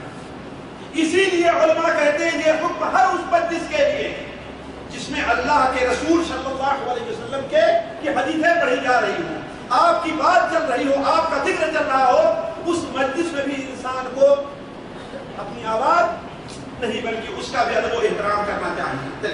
آگے پانچواں ادب یہ ہے کہ نبی کریم صلی اللہ علیہ وسلم کے بلانے کا بھی ایک ادب ہے، کیسے آپ کو بلایا جائے، آپ کو کیسے بلایا جائے. ہمارے یہاں کا ہندوستان پاکستان کا ایک مخنث قسم کا شاعر کیا کہتا ہے، یا محمد بلانا ہوگا.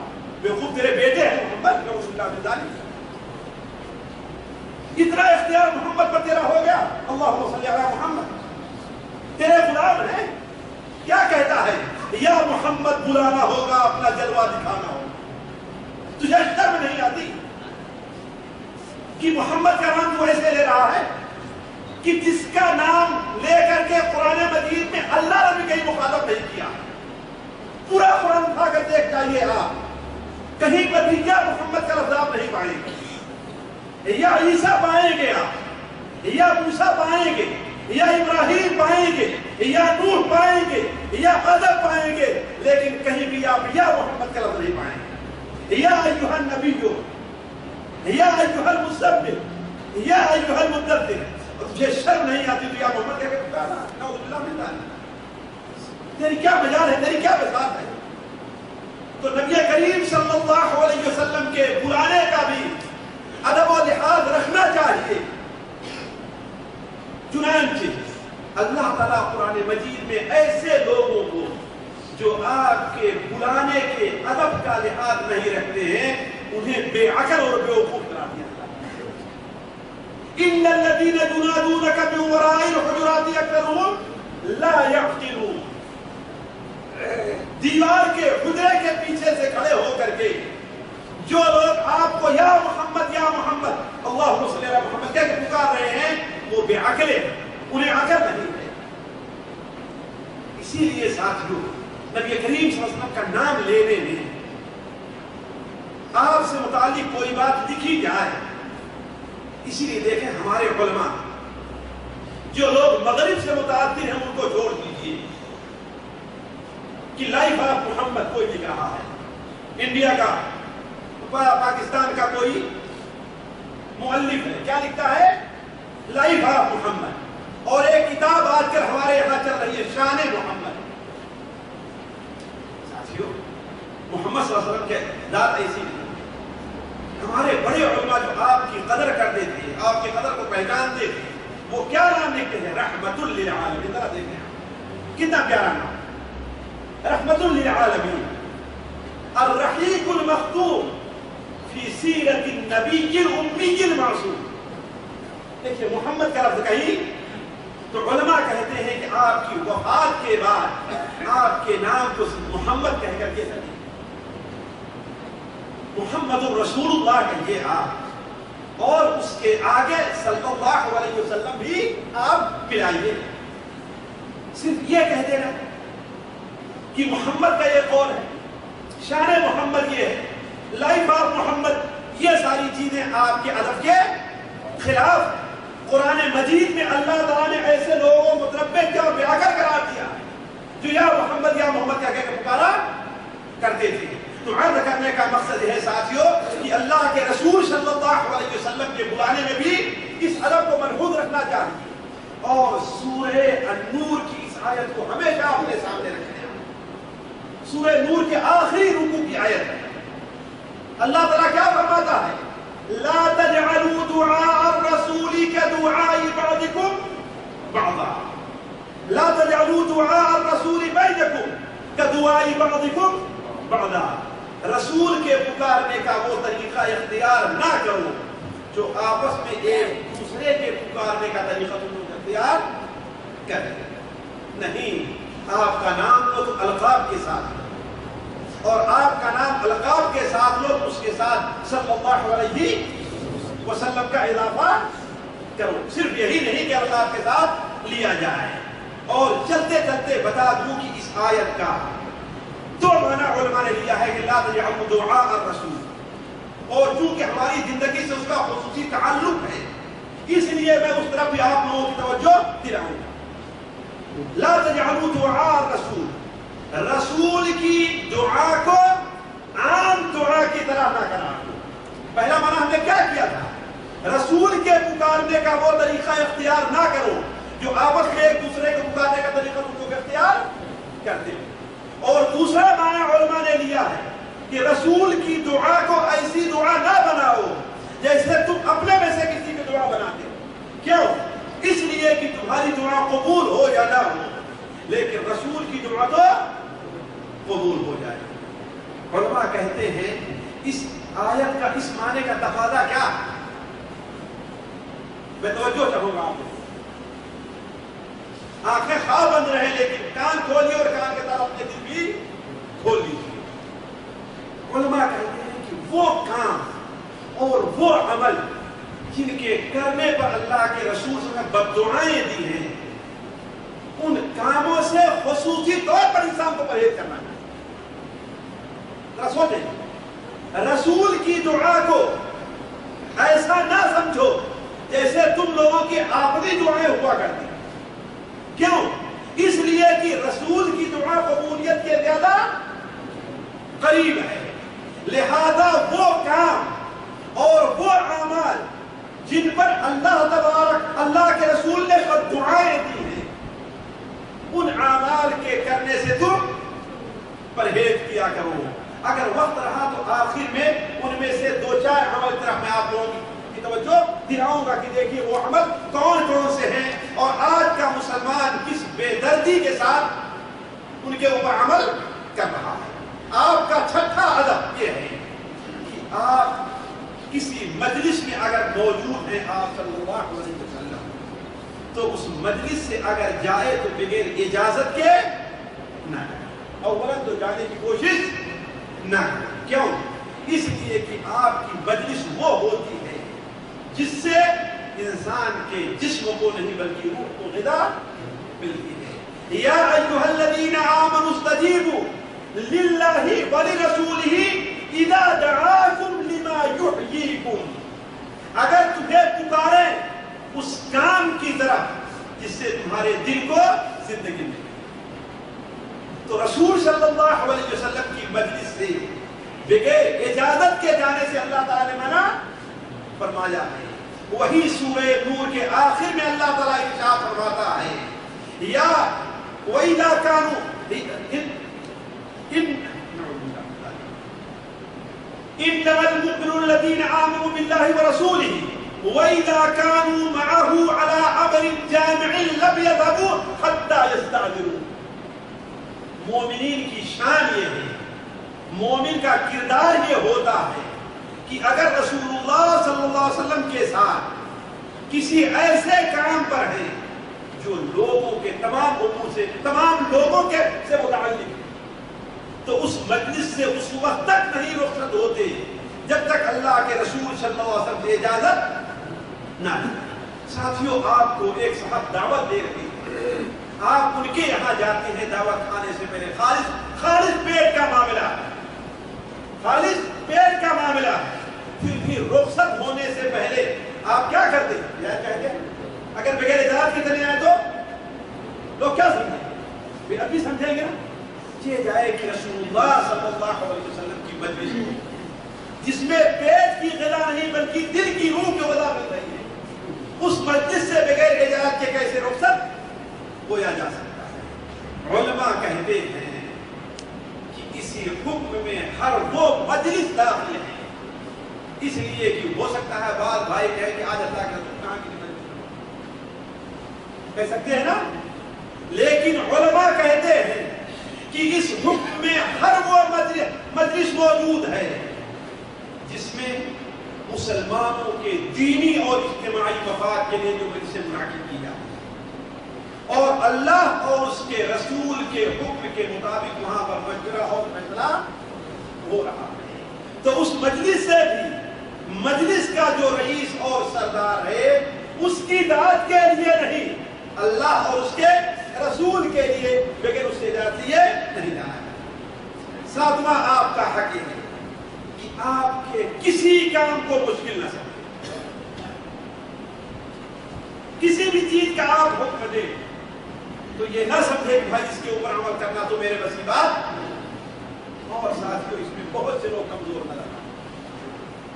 ایک مثال دوں آپ کو، مثال کے طور پر ایک صاحب ہیں، وہ آپ کی مجلس میں بیٹھے ہو، دائیں ہاتھ پہ بائیں ہاتھ سے کھانا شروع کر سکتے، ہوتا کہ نہیں ہوتا؟ خاص طور پر جو لوگ اپنے آپ کو ذرا سا نہیں کہتے اب کیا سمجھ رہے ہیں، ہے کہ نہیں ہے، لیکن یہ سمجھتے ہیں کہ ہاں بھائی ان مولویوں کے پاس کیا ہے، وہ صحیح گھسا پیٹا علم ہے گھسا پیٹا علم ہے، ہمارے پاس تو بہت کچھ ہے نا، انجینئر بن گئے، ڈاکٹر بن گئے، تو عمومی طور پر دیکھیں یہ کھانے میں ان کے یہاں دائیں بائیں ہاتھ میں کوئی تفریق نہیں رہتی، آپ اگر ٹوکیں تو کہیں کیا کریں نہیں ہو پاتا، ہم بھی چاہتے ہیں لیکن ہو نہیں پاتا، ایسا ہوتا ہے نہیں ہوتا نہیں، اللہ کے رسول صلی اللہ علیہ وسلم کو کسی حکم کو مشکل نہ کرتا ہے، کیوں؟ اس لیے کہ آپ صلی اللہ علیہ وسلم رحمت اللہ عالمین بن کر کے آئے، آپ کسی ایسی چیز کا حکم دیتے ہی نہیں جس پر عمل کرنا ہمارے اور آپ کے لیے مولوی صاحب صحیح تو ہے، نماز کرنا بڑا اچھا کام ہے لیکن بڑا مشکل میرا کام ہے، نہیں ہو پاتا ہم سے، میں نماز نہیں پڑھتا نہیں۔ اللہ کے رسول صلی اللہ علیہ وسلم کسی فرمان کو انسان کو مشکل نہیں سمجھنا چاہیے، بلکہ اللہ تعالیٰ کا نام لے کر کے اس کے اوپر عمل کرنا شروع کر دے، وَالَّذِينَ جَاهَدُوا فِينَا لَنَهْدِيَنَّهُمْ سُبُلَنَا، جو ہمارے حکم پر عمل کریں گے، عمل کرنے کی کوشش کریں گے، ہم انہیں راستہ دکھاتے جائیں گے۔ تو آپ صلی اللہ علیہ وسلم کے کسی بھی فرمان کو مشکل نہ سمجھا جائے، دل پر بوجھ نہ محسوس کیا ہے کہ ہم اس کے اوپر کیسے عمل کر سکتے ہیں۔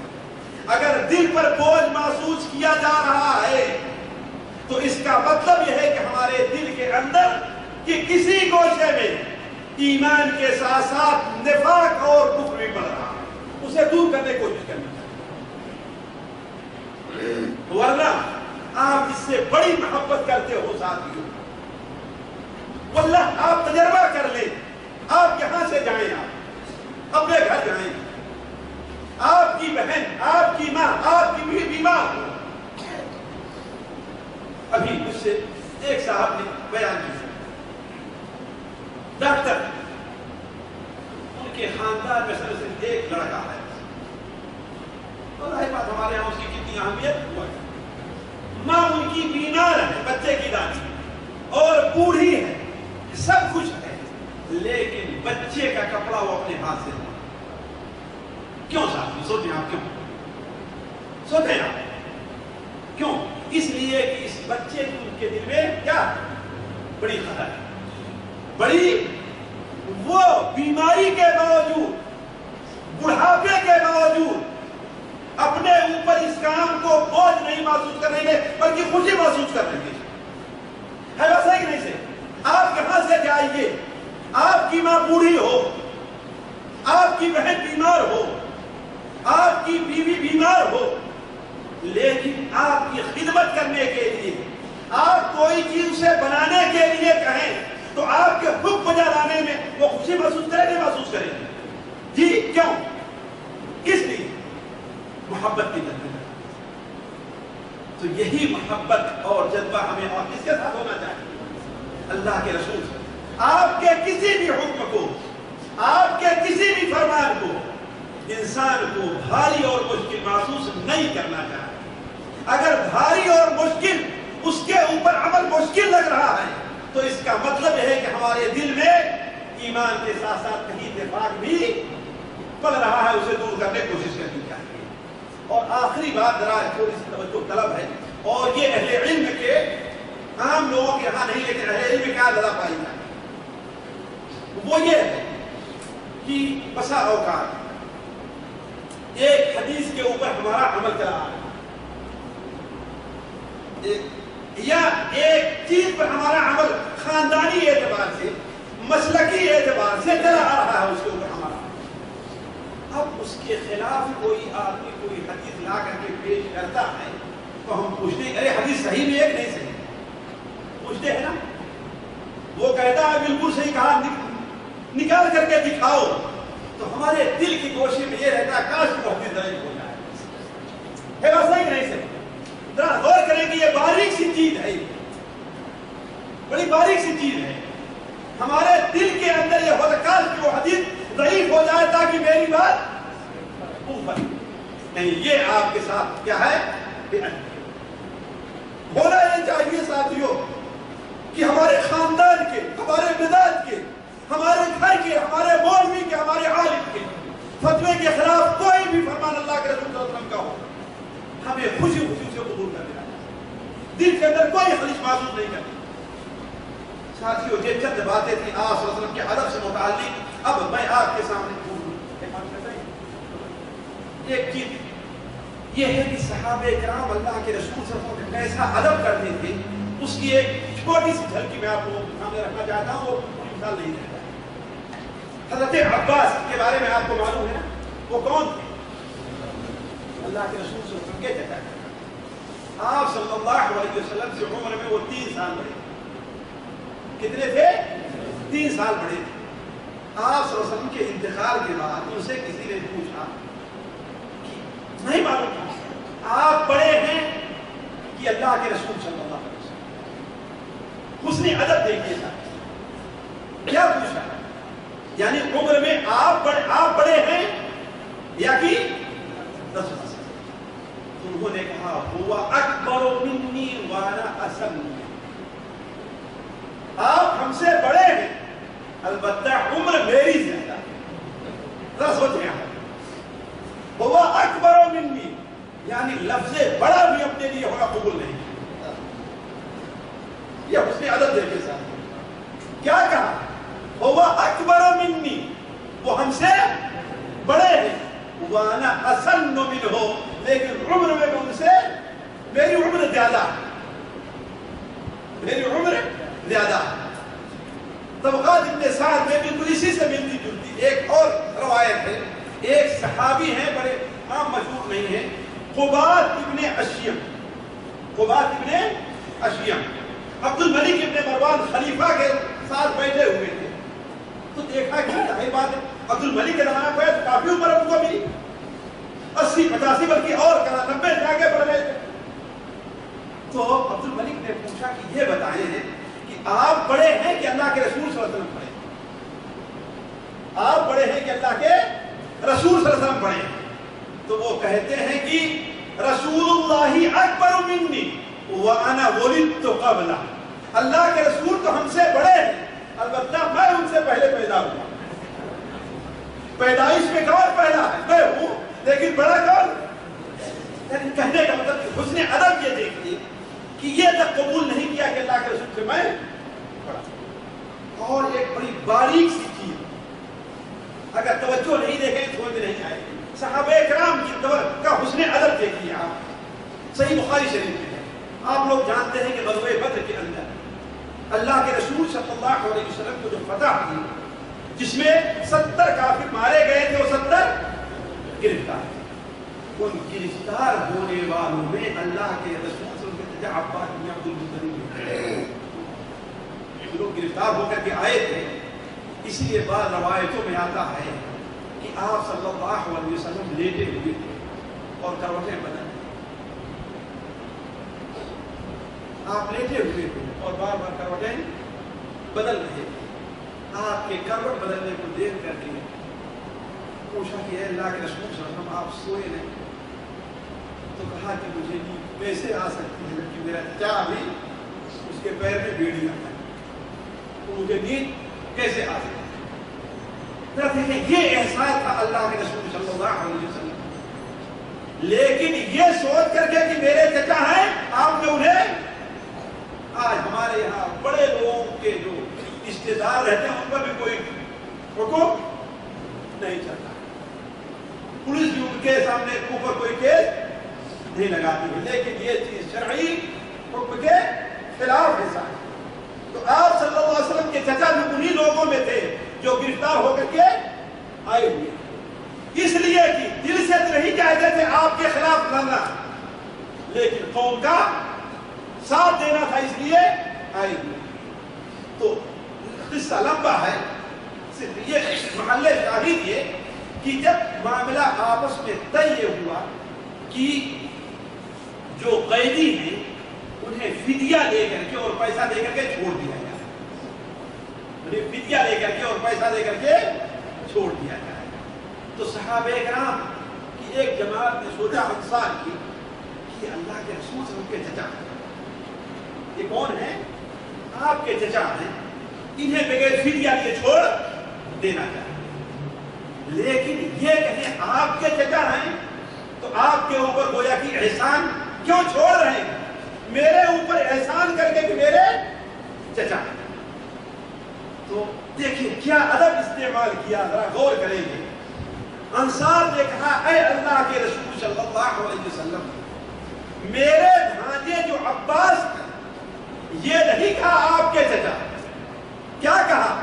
میرے بھانجے جو عباس ہیں اگر آپ کہیں تو انہیں بغیر پیسہ لیے چھوڑ دیا جائے، بغیر فدیہ دیے ہوئے چھوڑ دیا جائے۔ ذرا سوچیں، آخر یہ نہیں کہا کہ آپ کے چچا، حالانکہ ذرا قریبی کون تھے؟ آپ کے چچا تھے نا، اور حضرت عباس کی والدہ مدینہ منورہ کی نہیں تھی، ان کی دادی مدینہ منورہ کی، بلکہ پر دادی، ہاں دادی مدینہ منورہ کی، حضرت ہاشم کی بیوی سلمہ جو تھی وہ مدینہ منورہ کی تھی، اور ہاشم حضرت عباس کے کیا تھے؟ دادا تھے نا۔ تو یہ بھی نہیں کہ حضرت عباس کی والدہ مدینہ منورہ کی، لیکن انصار نے کیا کہا؟ دور کا رشتہ ڈھونڈا اور قریب کے رشتے کا نام نہیں لیا۔ یہ نہیں کہا کہ آپ کے چچا عباس کو اگر آپ چاہیں تو بغیر پیسے کے ہم لوگ چھوڑ دیتے، کیا کہا؟ اے اللہ کے رسول صلی اللہ علیہ وسلم، اے دن فَلْنَضْرُبْ ابْنَ أُخْتِنَا عَبَّاسِ فِدَاءَهُ، اگر آپ اجازت دیں تو اپنے بھانجے عباس کا فدیہ معاف کر دیں ہم لوگ۔ علماء کہتے ہیں اس لیے انصار نے یہ طریقہ، یہ غایت درجے کا احترام تھا اور ادب تھا اللہ کے رسول صلی اللہ علیہ وسلم۔ اگر یہ کہتے آپ کے چچا تو احسان کس پر ہوتا؟ اللہ کے رسول صلی اللہ علیہ وسلم۔ بلکہ یہ کہا کہ ہمارے بھانجے تو اب احسان کس پر ہوگا؟ ہمارے اوپر ہوگا، اللہ کے رسول پر کوئی احسان۔ یہ دیکھیں اتنی دور کی چلی صحابہ کرام نبی کریم صلی اللہ علیہ وسلم کے ادب کا کس قدر اہتمام کیا کرتے ہیں۔ اور بسا اوقات صحابہ کرام کے دل کے اندر جذبات کا طوفان اور سمندر تھا کہ اللہ کے رسول صلی اللہ علیہ وسلم کا یہ احترام کریں، آپ کی یہ خدمت بجا لائیں، لیکن چونکہ آپ کو یہ چیز پسند نہیں ہوتی، آپ اس سے منع کرتے تھے، اس لیے شدید جذبے کے باوجود بھی آپ کا ادب کا یہ تھا کہ انصار کوئی کام کرنے کے لیے تیار نہیں ہوتا۔ میں صرف ایک مثال دیتا ہوں ورنہ مثالیں بہت زیادہ ہیں۔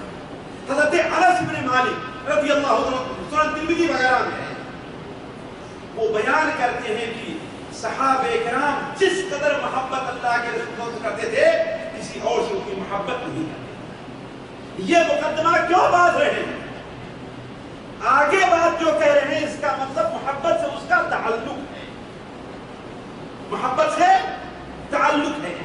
آپ کو کسی سے بڑی محبت ہو، بڑا تعلق ہو، اس کے بارے میں سنیں تو بھاگ کر کے جائیں گے، اگر سنیں کہ وہ آ رہا ہے بات صحیح کہ نہیں صحیح؟ تو حضرت انس بن مالک کہتے ہیں کہ بڑی محبت کرتے تھے، لیکن چونکہ اللہ کے رسول صلی اللہ علیہ وسلم کو یہ چیز پسند نہیں تھی کہ آپ کسی مجلس میں آئیں تو لوگ آپ کو دیکھ کر کے کھڑے ہو جائیں، لہذا انصار آپ کو دیکھ کر کے کھڑے نہیں بیٹھے، جی چاہتا تھا کھڑے ہو کر آپ کا استقبال کریں، لیکن آپ صلی اللہ علیہ وسلم کے ادب کا یہ لحاظ تھا کہ آپ کو دیکھ کر کے کھڑے نہیں ہوئے، بلکہ ساتھیوں حضرت عمرو بن العاص رضی اللہ تعالیٰ عنہ جو حبشہ میں مسلمان ہوئے تھے اور آئے ہیں آپ کے بعد، تو کہتے ہیں اے اللہ کے رسول میں آپ سے بیعت کرنا چاہتا ہوں۔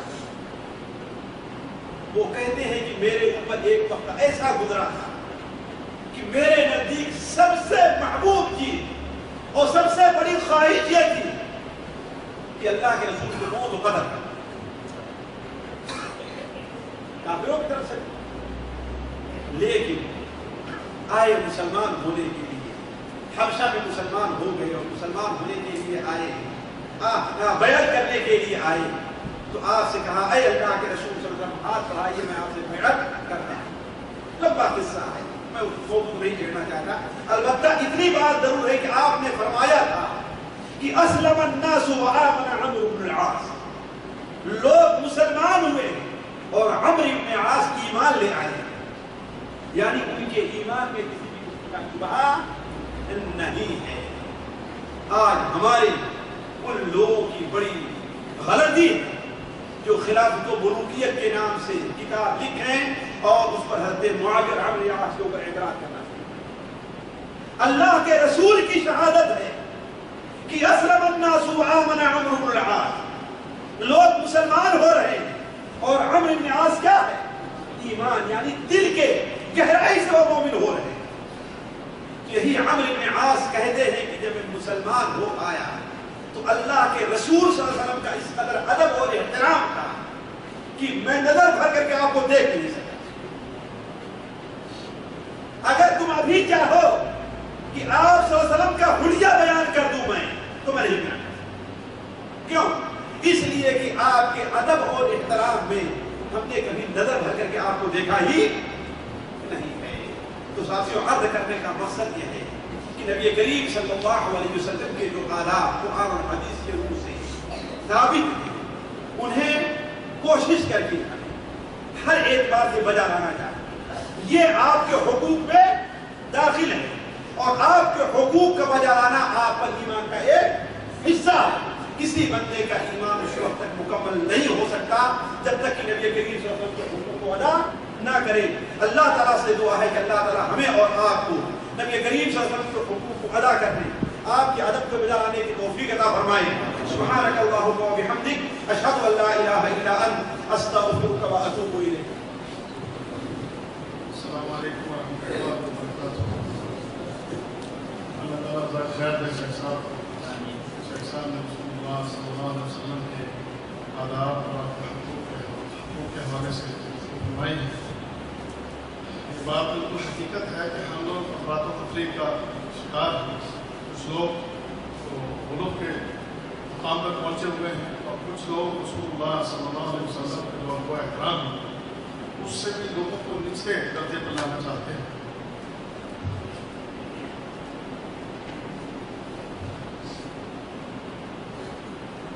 تعلیات میں بھائی پیپر لے کر آئے اور وہ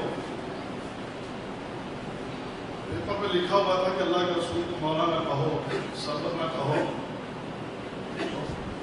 بلکہ یہ کہنا شرک ہے۔ میں اس بات پوری سوائے رہی اللہ کے مسلمان، لیکن لکھنے والا توحید والا کیا شخص بیان کروں، لوگوں کو رغلایا جا رہا ہے، لوگوں کی کم علمی، انہیں اس قسم کی باتیں کہی جا رہی ہے کہ اللہ کے رسول کا یہ ادب نہ کریں۔ بڑے افسوس کی بات ہے، ہم گزارش ہی کریں گے کہ اللہ کا واسطہ ہے اس طرح کے فطرے نہ کریں۔ میں واسطہ ہی دوں گا، کوئی سخت بات نہیں کرتا، میں واسطہ دیتا ہوں، اس طرح کی باتیں نہ کریں، نہ فتنے پھیلائیں۔ اور بات شیخ صاحب صحیح ہے کہ علم وہی ہے اردو پڑھ کے، سمجھ گئے؟ ابھی قرآن بھی صحیح نہیں پڑھنا آتا اور ہم فتوے دے رہے ہیں، فتوے پیپر لکھ لکھ کے فتوے دے رہے ہیں، تو خدا ایسا نہ کرے۔ میں منت ہی کروں آپ لوگ کچھ نہیں کہہ سکتا، باقی یہ کچھ سوال ہیں اور یہ سوال ایسے ہیں بہت دفعہ یہاں پر پوچھے گئے ہیں، تو وقت کی قلت کے پیش نظر میرا خیال ہے کہ ان کے جواب دینے کے بجائے جو پہلی دفعہ ہمارے سامنے کو سوال آیا اس کا جواب ہم شیخ صاحب سے لیں گے۔ ایک بھائی یہ کہتا ہے کہ فرض نماز کے بعد قرآن کریم کی تلاوت کرنے لگ جاتے ہیں، نماز کے بعد ذکر اذکار نہیں کرتے۔ بھائی کا کہنا ہے کہ قرآن کریم پڑھنا بھی ذکر اذکار ہے، تو جو مصنون اذکار ہیں اس کی بجائے کیا قرآن حکیم کی تلاوت نماز کے فوراً بعد کرنا یہ ٹھیک ہے؟ بسم اللہ الرحمن الرحیم۔ ساتھیو دیکھیے، اس میں کوئی شک نہیں ہے، نہ کوئی دو رائے ہے کہ افضل الذکر قرآن مجید ہے۔ افضل الذکر، سب سے افضل ذکر کیا ہے؟ قرآن مجید، اس میں کوئی شک نہیں۔ لیکن کسی بھی چیز کے وقت کو متعین کرنے یا کسی جگہ خصوصی طور پر عمل کرنے کے لیے ساتھیوں ضروری ہے کہ ہم 1400 سال پیچھے جائیں، اور یہی بات آئی کہ نبی کریم صلی اللہ علیہ وسلم آگے بڑھنے کی کوشش نہ کریں۔ علماء کہتے ہیں کہ افضل الذکر قرآن مجید ہے، یہ مطلق ہے، یہ مطلق ہے، اور بعض اذکار جو متعین ہیں، جن وقت کے ساتھ، جن حالت کے ساتھ، اب مثال کے طور سب سے افضل ذکر قرآن مجید ہے۔ اب کوئی آدمی حمام جانے لگے تو کیا کرے؟ سوتے ہیں آپ قرآن پڑھے گئے بھائی اللہم انی اعوذ بک، یہ بھی ذکر ہے، اور قرآن بھی ذکر ہے، قرآن وہاں پر پڑھیں، آپ اسے کیا کہیں گے؟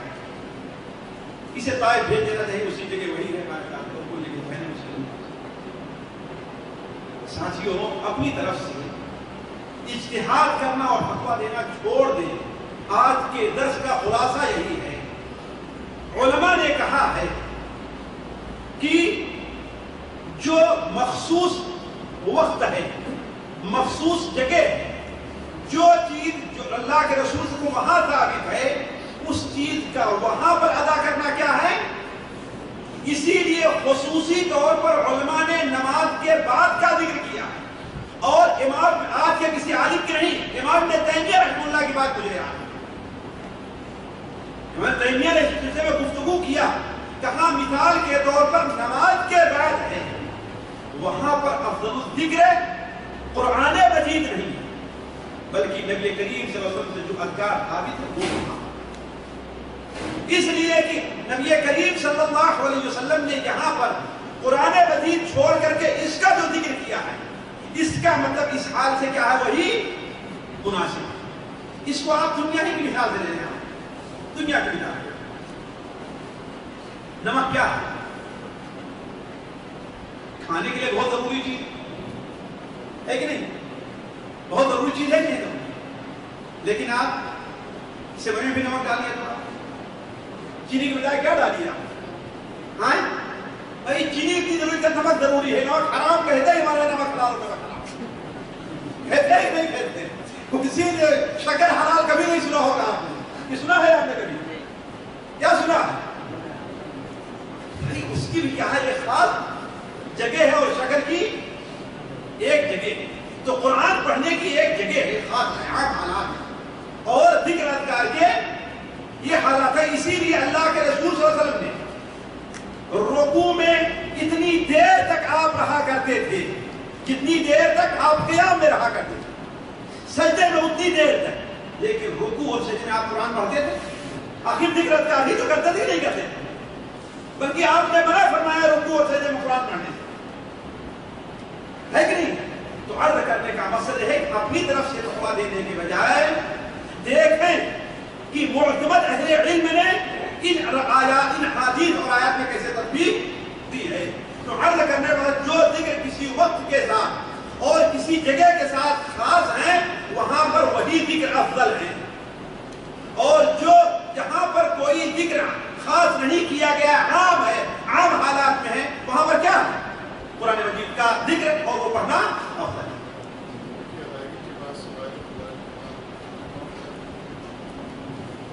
بھائی دیکھیے، حج اور عمرے سے متعلق خصوصی طور پر حج عمرے کے بارے میں مجھے شبہ ہے، لیکن خصوصی طور پر حج کے بارے میں نبی کریم صلی اللہ علیہ وسلم کی احادیث اور کبار علماء کے اقوال پڑھنے کے بعد میں اس نتیجے پر پہنچا ہوں کہ اگر کسی کا حج سنت رسول صلی اللہ علیہ وسلم کے مطابق ہو تو انشاءاللہ حج سے کبائر اور کبائر میں صرف حقوق اللہ ہی نہیں بلکہ حقوق العباد بھی معاف ہو جائے. لیکن عمرے کے بارے میں کوئی ایسی واضح حدیث نہیں ہے، عام ہے، لہذا لیا یہ جائے گا کہ عمرے سے اور جیسے 5 وقتہ نمازیں ہیں یہ ہیں ان سے صغائر معاف ہوتے ہیں، کبائر معاف نہیں ہوتے. البتہ یہ ضرور ہے کہ ان کی وجہ سے کبائر میں تخفیف ہوا کرتی ہے. مسلمان ہونا چاہتا ہے وہ کون سا مسلمان ہو؟ بریلوی دیوبندی سب یہ لکھا سوال بھائی اس سے کہیے کہ صرف مسلمان ہو جائے، لا الہ الا اللہ محمد رسول اللہ پڑھے. اب تک اگر وہ تقدیس کرتا تھا امام کی علی و حسین کے نام پر تو اب کسی دوسرے نام پر کسی امام کی تقدیس نہ کرے، وہ تقدیس کرے کس کی؟ اللہ کے رسول صلی اللہ علیہ وسلم کی. قرآن اور حدیث کو بنائے اور اس کے اوپر عمل کرنے کی کوشش کرے. ائمہ کا احترام، صحابہ کرام کا احترام ہمارے اوپر فرض اور واجب ہے. ہمیں قرآن اور حدیث کو سمجھنا ہے انہی کے بتائے ہوئے اصول اور ضوابط کے مطابق. البتہ ہمیں امام مطلق، حاکم اعلیٰ اللہ تعالیٰ کے بعد کسے قرار دینا؟ اللہ کے رسول صلی اللہ علیہ وسلم. خیر آئندہ جو ان شاء اللہ آپ سے ملاقات ہوگی. اللہ تعالیٰ ہم سب کو اسی طرح اس جگہ پر اور بھی جو ایسے مراکز ہیں جہاں پر دینی گفتگو ہوتی ہے جمع ہونے کی، دین سیکھنے کی، سمجھنے کی، اس پر عمل کرنے کی. ٹھیک ہے، ہمارا وقت کافی ہو چکا ہے.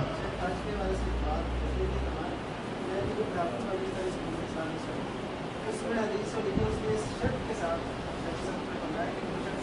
حج کرتا ہے، اس کے مناسب کو پوری طرح ادا کرتا ہے اور اس کی ہاتھ اور اس کی زبان اس سے مسلمان محفوظ رہتے ہیں کہ اس کے کچھ نام معاف کرتے ہیں. اس کی وہی ہم نے کہا کہ وہ